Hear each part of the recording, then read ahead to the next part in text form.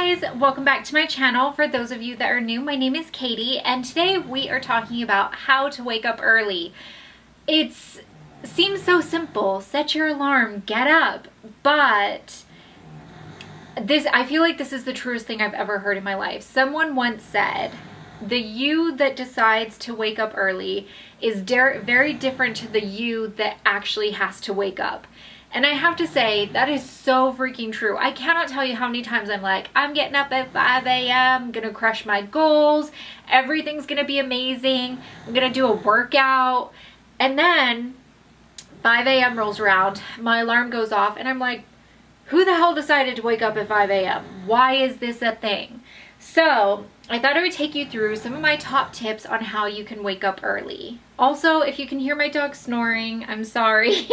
That is my dog. It's not somebody in here. It's just my dog. He follows me everywhere and snores like crazy.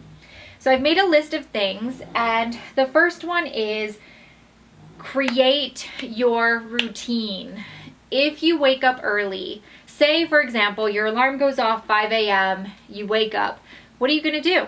If you don't actually have like a proper written down morning routine, you're just kind of like, well, I guess I'll brush my teeth and then make coffee. I don't know. And if you say, oh, I want to wake up early to work out, then you wake up and you're digging around for your clothes. So if you have a proper routine where you know where everything's at that you're going to need, you know exactly what you're supposed to be doing at what time. And I know a lot of people are against having a routine, but I can tell you from personal experience, you will be far more successful in life in general if you have a routine for the things that you need to get done. So with creating your morning routine, you also need to create your nighttime routine. One of the biggest things I highly recommend to everybody to put in their nighttime routine is laying out your outfit the night before. That sounds very third grade, like your mom telling you, don't forget to put your clothes out the night before.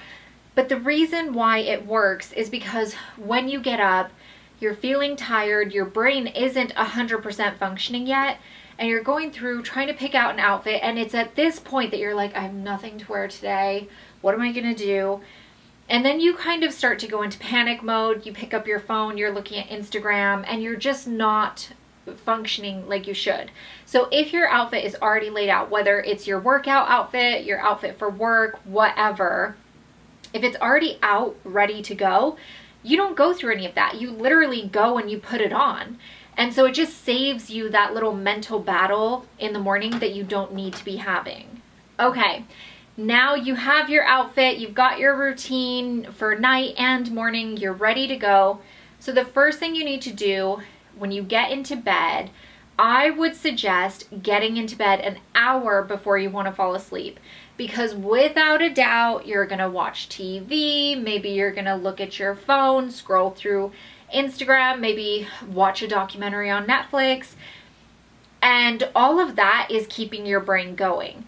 All of that is telling your brain, yes, we're still functioning, we're going, we're all, full speed ahead.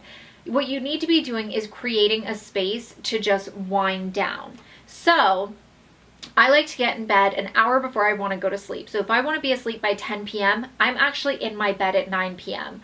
And I can watch TV, I can play on my phone until 9:30.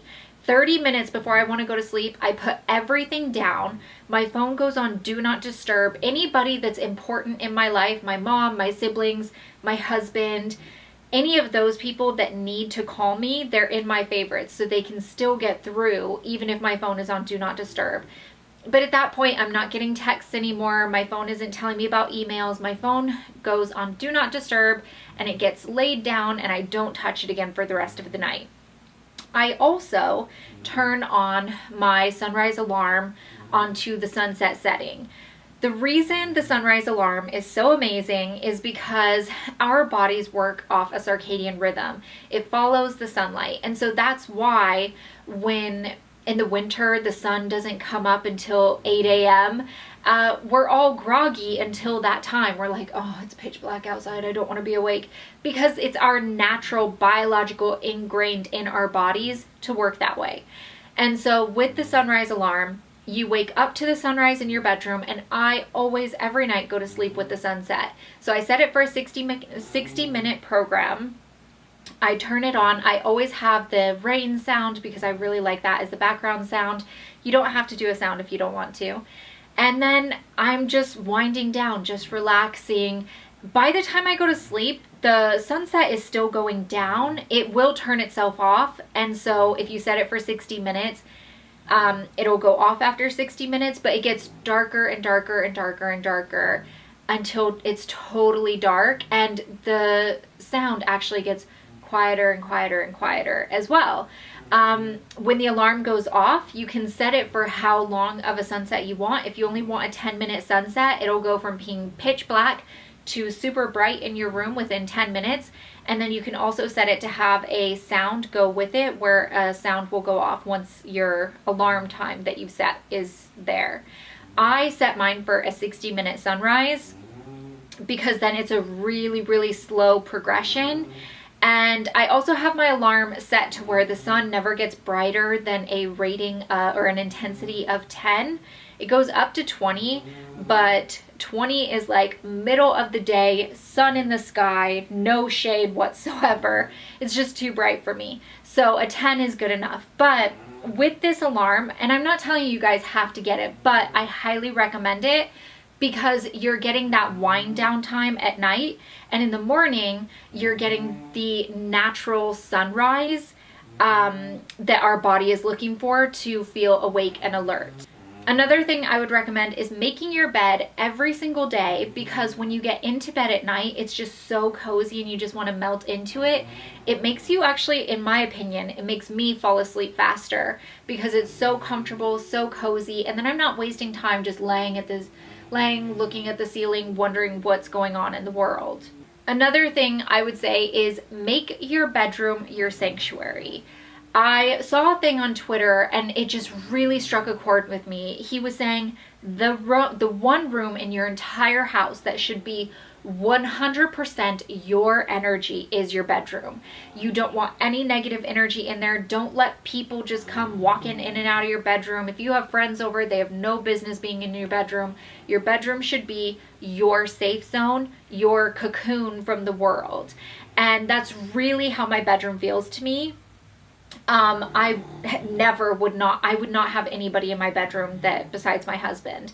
If family's over, they might walk in there for a second to be like, hey, Katie, come here. But I don't have people come into my bedroom. It's just, it's a sacred place. When you're sleeping, your brain is much more susceptible to feeling things and interpreting other energies that you wouldn't be when you're awake.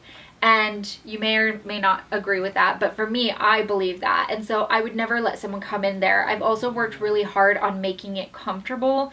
Things that I like, colors that I like, light intensity that I like, things like that. So by making it your safe space, it'll make it easier for you to fall asleep, which means you'll get better sleep, which means you'll wake up earlier feeling refreshed. The next thing on how to wake up early is you have to actually make sure you're getting enough hours of sleep.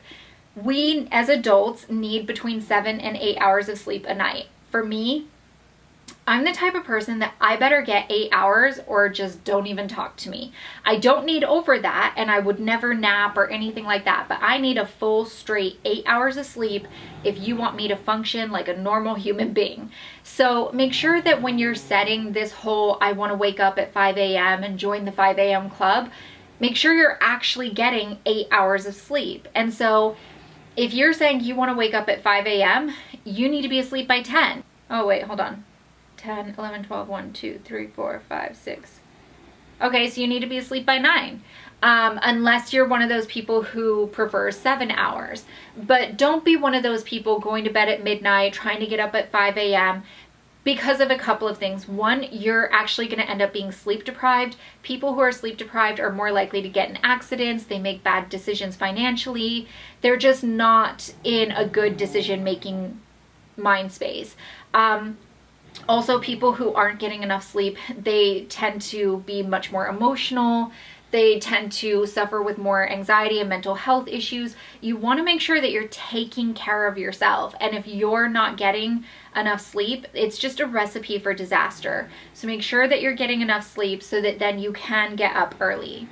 The final thing that I would say on how to wake up early is set your phone away from you. If you wake up, if you're using your phone as an alarm and it goes off and you're actually able to just reach and press snooze, you may not even realize that you're pressing snooze. You may still be fast asleep and just out of reaction doing it. So I would say put your phone across the room from you for 2 reasons. The one, that if your alarm is going off, you have to actually get out of bed to turn it off. If you're physically already out of bed, you're much more likely to stay awake and go about your day. The second reason is it's extremely tempting, because we are all addicted to our phones now because we do everything on them.